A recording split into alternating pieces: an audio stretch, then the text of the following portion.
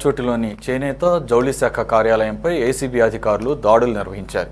ఈ నేపథ్యంలో Vijayalakshmi handloom protection company registration కోసం చేనేత జౌళి శాఖ ఏడీ కృష్ణ లంచం డిమాండ్ చేశాడు. ఇదే విషయమై విజయలక్ష్మి హ్యాండ్లూమ్స్ యాజమాన్యం ఏసీబీ అధికారులకు ఫిర్యాదు చేసింది.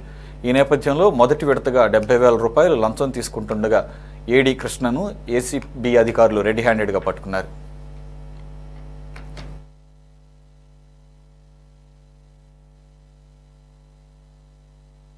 వీవర్ కంప్లైంట్ మీద కేసు రిజిస్టర్ చేయడం జరిగిందండి.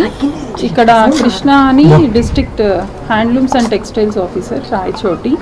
సో ఇతను కంప్లైంట్ యొక్క ఒక ఫర్మ్ రిజిస్టర్ చేయించుకోవడానికి విజయలక్ష్మి హ్యాండ్లూమ్ ప్రొడక్షన్ కంపెనీ అని, సో దాన్ని రిజిస్టర్ చేయడం కోసం అప్లికేషన్ పెట్టుకున్నారు.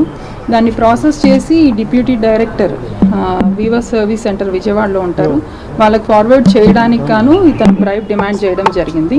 Total bribe demand 1,50,000, part payment 70,000 ముందు ఇవ్వమని చెప్పి ఈరోజు తీసుకుంటూ ఉండగా రెడ్ హ్యాండెడ్గా పట్టుకోవడం జరిగింది అతను ఈరోజు.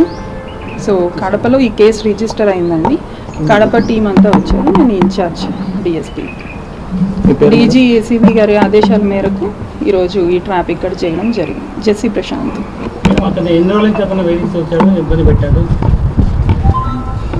లాస్ట్ నవంబర్లో అప్లికేషన్ ఏదో పెట్టుకున్నారండి. జనవరి నుంచి ప్రాసెస్ నడుస్తోంది. సో అతను రిక్వెస్ట్ చేస్తూ ఉన్నారు.